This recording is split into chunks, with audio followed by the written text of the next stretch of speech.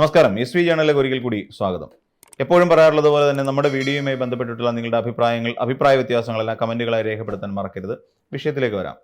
ഒരു മാധ്യമ പ്രവർത്തക എങ്ങനെ ആകരുത് എന്നുള്ളത് നമുക്ക് കാണിച്ചു തന്ന ഒരു വനിതാ മാധ്യമ പ്രവർത്തകയാണ് കഴിഞ്ഞ ദിവസം നമ്മൾ കണ്ടത്.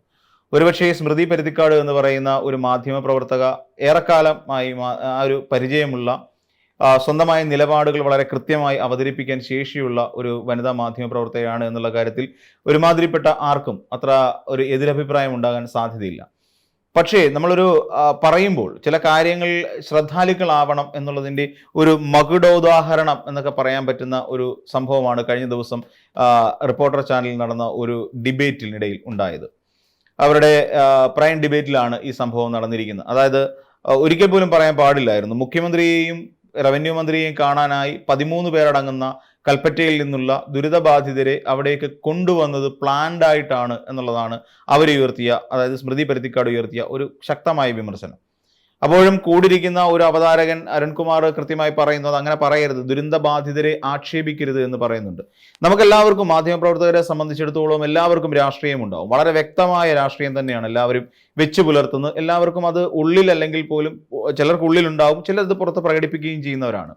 അപ്പം അങ്ങനെ വരുന്ന ഒരു സാഹചര്യത്തിൽ നമ്മൾ എങ്ങനെയാണ് വയനാട്ടിലെ ആ ജനങ്ങളെ നമ്മൾ കാണേണ്ടത്? ഒരു തീരാ ദുരിതം അനുഭവിച്ചുകൊണ്ട് അവരതിനെ തരണം ചെയ്തുകൊണ്ട്, ഇപ്പൊ അതിൽ കരഞ്ഞ് സയന എന്ന് പറയുന്ന ഒരു സ്ത്രീയുടെ അല്ലെങ്കിൽ യുവതിയുടെ ഒരു കരച്ചിലുണ്ട്. ആ കരച്ചിലിന്റെ പിന്നിൽ എന്താണെന്ന് ചോദിച്ചാൽ അവർക്കുള്ള 3 കുട്ടികൾ അവർക്ക് നഷ്ടപ്പെട്ടു പോയി.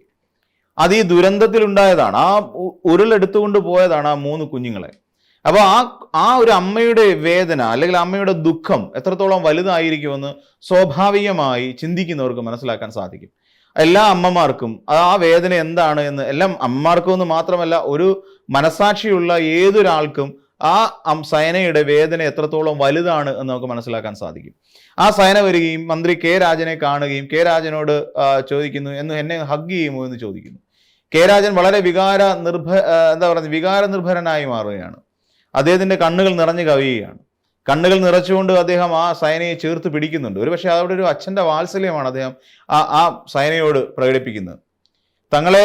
തങ്ങൾക്ക് വേണ്ടി ജീവിതം ഒഴിഞ്ഞു വെച്ച, തങ്ങൾക്ക് വേണ്ടി ഇക്കാലം അത്രയും കഷ്ടപ്പെട്ട് പരിശ്രമിച്ചുകൊണ്ടിരുന്ന, തങ്ങൾക്കൊരു കിടപ്പാടം ഒരുക്കി തരാൻ ഞങ്ങളെ ചേർത്ത് പിടിച്ച ഒരു മന്ത്രിയോട് അല്ലെങ്കിൽ ഒരു മന്ത്രിസഭയോടുള്ള ആദര സൂചകമായിട്ടാണ് ആ സയന അങ്ങനെ ഒരു ആവശ്യം മന്ത്രി കെ രാജനോട് പറഞ്ഞത് എന്ന് നമുക്ക് ഊഹിക്കാം. കാരണം എല്ലാം നഷ്ടപ്പെട്ടു പോയെന്നേ ആ പാവപ്പെട്ട ജനങ്ങളാണെന്നേ അവിടെയുള്ള വയനാട്ടിലുള്ളവർ.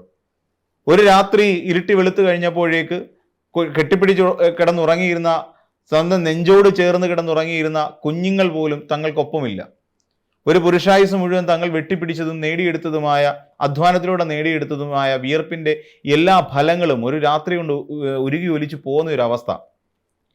ഉറ്റവരെയും ഉടയവരെയും ഒക്കെ മണ്ണിനടിയിൽ നിന്ന് ശരീരാവശിഷ്ടങ്ങൾ മാത്രമായി കണ്ടെത്തുമ്പോൾ ഒരു ജനതയ്ക്കുണ്ടാകുന്ന ഒരു മനോവികാരമുണ്ട്.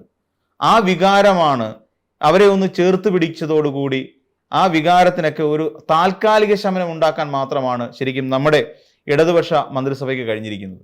അതിൻ്റെ ഒരു ആദര സൂചകമായിട്ടോ അതിൻ്റെ ഒരു നന്ദി സൂചകവുമായിട്ടോ ഒക്കെ ആയിരിക്കും ഒരുപക്ഷെ ഈ 13 പേരടങ്ങുന്ന ഒരു സംഘം വയനാട്ടിൽ നിന്ന്, അതായത് കൽപ്പറ്റയിൽ നിന്ന് ഈ മുഖ്യമന്ത്രിയെ കാണാനും അവരുടെ കയറി താമസത്തിന് വിളിക്കാനും ഒക്കെ ആയിട്ട് വരുന്നത്. അതിനെ ഇത്ര ദുഷ്ടലാക്കോടുകൂടി കാണുന്ന ഒരു രാഷ്ട്രീയ മനോഭാവമുള്ളവരെ നമ്മൾ എന്താണ് വിളിക്കേണ്ടത്? അവരെ ഒരു കുറെ അങ്ങ് അകറ്റി നിർത്തുക എന്നുള്ളതാണ് നമ്മൾ ചെയ്യേണ്ടത്. അങ്ങനെ ഒരു രാഷ്ട്രീയമുണ്ട്, ആ രാഷ്ട്രീയത്തിന്റെ പേരും പറഞ്ഞുകൊണ്ട് അത്തരക്കാരെ വേദനിപ്പിക്കുക, അവരുടെ കണ്ണിൽ നിന്ന് വീഴുന്ന കണ്ണുനീരിന്റെ ശാപമുണ്ടല്ലോ, അത് ഈ ഒരു ജന്മം കൊണ്ട് നമുക്കത് വീട്ടി തീർക്കാൻ കഴിയില്ല. അത് അനുഭവിക്കാതെ നമുക്ക് ഈ ഭൂമി വിട്ട് പോകാൻ കഴിയില്ല. അത്രത്തോളം വലുതാണ്, അത്രത്തോളം വേദനയുടെയും ത്യാഗത്തിന്റെയും നൊമ്പരത്തിന്റെയും എന്ന് വേണ്ട അവരുടെ ഉള്ളിലുള്ള എല്ലാ വികാരങ്ങളുടെയും ബഹിർസ്ഫുരണമാണ് അവരുടെ കണ്ണിൽ നിന്ന് വീഴുന്ന ഒരു തുള്ളി കണ്ണുനീരെന്ന് പറഞ്ഞാൽ. ആ കണ്ണുനീർ വീഴ്ത്താൻ അനുവദിക്കാതിരിക്കുക എന്നുള്ളതാണ് മനസാക്ഷിയുള്ള ഏതൊരു മനുഷ്യനും ചെയ്യേണ്ടത്. അതുകൊണ്ട് തന്നെയാണ് മന്ത്രി കെ രാജൻ അവരെ ചേർത്ത് പിടിക്കുന്നത്. ഒടുവിൽ പറഞ്ഞ് എൻ്റെ മക്കളെ കാണാൻ നിങ്ങൾ വരണം എന്ന് പറഞ്ഞു. ഒരിക്കൽ കൂടി എൻ്റെ മക്കളെ കാണാൻ വരണം.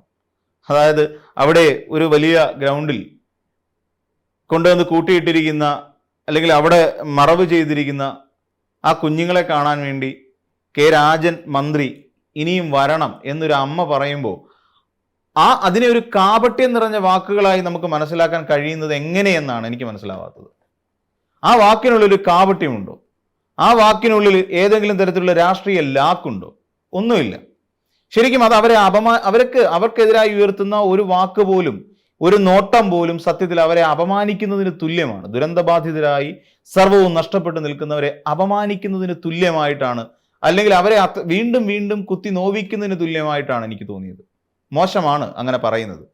അതിനിപ്പോൾ ഒരു മാധ്യമ പ്രവർത്തകയല്ല, ഇനി ആരാണ് അതിൻ്റെ പിന്നിൽ പ്രവർത്തിച്ചെങ്കിലും എൻ്റെ കുഞ്ഞുങ്ങളെ കാണാനായി വരണം, വിജയിച്ചിട്ട് വരണം എന്ന് മന്ത്രി കെ രാജനോട് പറയുന്നിടത്ത് അവിടെ സയന എന്ന് പറയുന്ന യുവതിയുടെ വാക്കുകൾ രാഷ്ട്രീയമല്ല പറയുന്നത്. അവിടെ ഒരു രാഷ്ട്രീയത്തിൻ്റെ ഒരു എസൻസും അവിടെ ചേർക്കാൻ കഴിയില്ല. കാരണം അവർ പറയുന്ന ഉള്ളിൽ തട്ടിയാണ് പറയുന്നത്. എൻ്റെ കുഞ്ഞുങ്ങളെ കാണാൻ വരണമെന്ന് പറയുമ്പോൾ അതിനകത്ത് ഒരു സ്നേഹമുണ്ട്, ഒരു ഞങ്ങളെ ചേർത്ത് പിടിച്ചതിൻ്റെ നന്ദിയുണ്ട്, സ്മരണയുണ്ട്. അപ്പോൾ അങ്ങനെ തുടങ്ങി നിരവധി വികാരങ്ങളുടെ കുത്തൊഴുക്കാണ് നമ്മളവിടെ കാണുന്നത്. എന്നിട്ട് അതിനെ ഈ രീതിയിൽ CPM നടത്തുന്ന നാടകമാണെന്നോ, അല്ലെങ്കിൽ അവരെ ഇവിടെ കൊണ്ടുവന്ന് നടക്കുന്നത് വളരെ അവരോട് ചേർന്ന് നടത്തിയ പദ്ധതി നടപ്പിലാക്കലാണെന്നോ ഒക്കെ പറയുമ്പോൾ ഉണ്ടാകാവുന്ന, അത് കേൾക്കുമ്പോൾ, അത്തരമുള്ള ജനതയ്ക്ക് കേൾക്കുമ്പോൾ അവർക്കുണ്ടാകാവുന്ന ഒരു വികാരത്തെക്കുറിച്ചോ അവർക്കുണ്ടാകുന്ന ഒരു മാനസിക വിഷമത്തെക്കുറിച്ചോ എന്തുകൊണ്ടാണ് നമ്മൾ ചിന്തിക്കാതെ പോകുന്നത്? ഇപ്പൊ പറയുകയാണ് ഈ സ്മൃതി പരുത്തിക്കാട് ഏതെങ്കിലും തരത്തിലുള്ള രാഷ്ട്രീയത്തിന്റെ പിൻബലത്തിൽ നിന്നുകൊണ്ടാണ് പറയുന്നതെങ്കിൽ ആ കോൺഗ്രസ് എന്ന് പറയുന്ന രാഷ്ട്രീയം എന്താണ് ആ പാവപ്പെട്ട ജനങ്ങളോട് കാണിച്ചത് എന്ന് നമുക്ക് എല്ലാവർക്കും അറിയാവുന്നേ. അവരുടെ മുന്നിൽ കൊണ്ടുപോയി ഈ പറയുന്ന പണം അത്രയും അടിച്ചു മാറ്റിക്കൊണ്ട് പോയിട്ട് ആ സുൽത്താൻ ബത്തേരിയിലെ ഏറ്റവും മുന്തിയ ഹോട്ടലിൽ അവിടെ നടത്തിയ നാടകം എന്തായിരുന്നു? എങ്ങനെ തെരഞ്ഞെടുപ്പിൽ വിജയിക്കാം എന്ന് പഠിക്കാൻ വേണ്ടിയിട്ട് പഠന ശിബിരം ഒരുക്കുകയല്ലായിരുന്നോ ചെയ്തത്? ആ സമയത്തും വയനാട്ടിലെ ജനങ്ങൾക്ക് വേണ്ടിയിട്ട് ഏകദേശം 100-ലധികം ജനങ്ങൾ കോൺഗ്രസ് വീട് തരും എന്നുള്ള പ്രതീക്ഷയിൽ വാടക കെട്ടിടങ്ങളിൽ താമസിക്കുകയാണ്. അവരുടെ മുന്നിലാണ് ബത്തേരിയിലെ ഒരു മുന്തിയ ഹോട്ടലിൽ കോടിക്കണക്കിന് രൂപ പൊടിച്ചുകൊണ്ട് പഠിക്കാൻ വേണ്ടിയിരുന്നത്.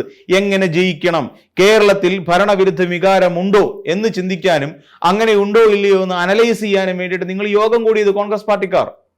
എത്ര കണ്ണിൽ ചോരയില്ലാത്ത നടപടിയായിരുന്നു അത് നിങ്ങൾ ചിന്തിച്ചിട്ടുണ്ടോ? എത്ര കണ്ണിൽ ചോരയില്ലാത്ത നടപടി! ഒരുപക്ഷെ നമ്മുടെ ശത്രുരാജ്യം പോലും ഈ രീതിയിൽ നമ്മുടെ നാട്ടുകാരോട് പെരുമാറില്ലെന്നേ. നമ്മൾ വർഗശത്രുക്കളായി കാണുന്ന നമ്മുടെ ശത്രുരാജ്യങ്ങളിലെ നേതാക്കന്മാർ പോലും ഇങ്ങനെ ഒരു സാഹചര്യത്തിൽ നമ്മുടെ ജനതയോട് ഇങ്ങനെ കോൺഗ്രസ് പെരുമാറിയതുപോലെ പെരുമാറില്ല. അവർക്ക് പിരിച്ചെടുത്തു പോയ കണക്കുകളിലൊന്നും വ്യക്തതയില്ല. അവിടെ കുന്നംപറ്റ മേപ്പാടി പഞ്ചായത്തിലെ കുന്നംപറ്റ എന്ന് പറയുന്ന സ്ഥലത്ത് ഒരു വലിയ 3.24 ഏക്കർ ഭൂമി ഏറ്റെടുത്തു. വീട് കെട്ടാൻ പണമില്ല എന്നറിഞ്ഞിട്ട് കൂടി, ഒരു ഇന്നലെ അല്ലല്ലോ കണക്കുകൾ ഉണ്ടാവുന്നത്. ആ ഭൂമി മേടിച്ചു കഴിഞ്ഞപ്പോൾ തന്നെയല്ലേ കണക്കുകൾ ഉണ്ടാവുക. അപ്പോൾ അങ്ങനെയുള്ള സാഹചര്യത്തിൽ പോലും വീട് വെക്കാൻ തങ്ങളുടെ കയ്യിൽ പണമില്ല എന്ന് ഉറപ്പായിരുന്നിട്ട് കൂടി ആ നാട്ടുകാരുടെ മുന്നിൽ ഒരു ലജ്ജയുമില്ലാതെ, ഒരു ഉളുപ്പുമില്ലാതെ അവിടെ വലിയ സ്റ്റേജ് കെട്ടി അങ്ങ് ഡൽഹിയിൽ നിന്ന് 2 എണ്ണത്തിനെ കെട്ടിയിറക്കിക്കൊണ്ട് വന്നിട്ട് അവിടെ ഒരു ശിലാസ്ഥാപനവും നടത്തിയിട്ട് പോകുന്ന അത്രയും കണ്ണിൽ ചോരയില്ലാത്ത ഒരു സമീപനം കോൺഗ്രസേ നിങ്ങളെ കൊണ്ടേ കഴിയുകയുള്ളൂ. ഒരിക്കലും ന്യായീകരിക്കാവുന്ന തെറ്റല്ല കോൺഗ്രസ് എന്ന് പറയുന്ന ഒരു സംഘടനയുടെ ഭാഗത്ത് നിന്നുണ്ടായിട്ടുള്ളത്. സർക്കാരിനെ തോൽപ്പിക്കാൻ ഞങ്ങളുടേതായ സംവിധാനത്തിലൂടെ പണപ്പിരിവ് നടത്തുമെന്ന് ഉറക്കെ പ്രഖ്യാപിച്ച കെ സുധാകരൻ എന്ന് പറയുന്ന ഒരു KPCC അധ്യക്ഷൻ ഉണ്ടായിരുന്നു ഇവിടെ. ഞങ്ങൾക്ക് ഞങ്ങളുടെ സംവിധാനം മാത്രം മതിയാകും എന്ന് പറഞ്ഞ ഒരു KPCC അധ്യക്ഷൻ. ആ KPCC അധ്യക്ഷനും ചിങ്കിടികളും പിന്നീട് വന്ന KPCC അധ്യക്ഷനും എല്ലാം കൂടെ നടത്തിയ ഒരു നാടകം. ഇതിനെല്ലാം അവരുടെ MP എന്ന്, വയനാടുകാരുടെ സ്വന്തം MP എന്ന് അവർ കരുതി പോകുന്ന പ്രിയങ്ക ഗാന്ധിയും പ്രിയങ്കയുടെ സഹോദരനായ നമ്മുടെ രാഹുൽ ഗാന്ധിയും അവിടെ വന്നിരുന്നുകൊണ്ട് വിളമ്പി നാട്ടുകാരുടെ മുമ്പിൽ അവരുടെ കുടുംബ പ്രശ്നം വിളമ്പി. അല്ലാതെ എന്താണ് ആ പാവപ്പെട്ട ജനത്തിന് കൊടുക്കാൻ കോൺഗ്രസ്സുകാരെ കൊണ്ട് കഴിഞ്ഞത്? എന്തെങ്കിലും കൊടുക്കാൻ കഴിഞ്ഞുവോ ആ സാധാരണക്കാർക്ക്? ഒന്നും കൊടുക്കാൻ കഴിഞ്ഞില്ല. എന്നിട്ടിപ്പോ അവരെ ഒന്നടങ്കം ഈ വയനാട്ടിലെ ദുരന്തം അനുഭവിച്ച ആ ദുരിതത്തിൽ നിന്ന് കരകയറാൻ വേണ്ടി കാത്തിരിക്കുന്ന, കഷ്ടപ്പെട്ടുകൊണ്ടിരിക്കുന്ന ആ സാധാരണക്കാരെ ഇങ്ങനെ കരിവാരി തേക്കാൻ ഒരു മാധ്യമത്തിനും സാധിക്കില്ലെന്നേ. അതിന് എത്ര വെറുപ്പിന്റെ കോൺഗ്രസിന്റെ രാഷ്ട്രീയം കൊണ്ട് നടന്നിരുന്നാലും ശരി, ഒരു മാധ്യമങ്ങളും ആ പാവപ്പെട്ട ജനങ്ങളെ രാഷ്ട്രീയ ചട്ടുകമാക്കി ചിത്രീകരിക്കുന്നത് അങ്ങേ അറ്റത്തെ തെറ്റാണെന്നേ. അക്ഷന്തവ്യമായ അപരാധം മാത്രമല്ല, പാപവും കൂടിയാണ്. നമ്മുടെ മനുഷ്യ മനസാക്ഷിക്ക് അംഗീകരിച്ചു തരാൻ കഴിയാത്തത്ര പാപം.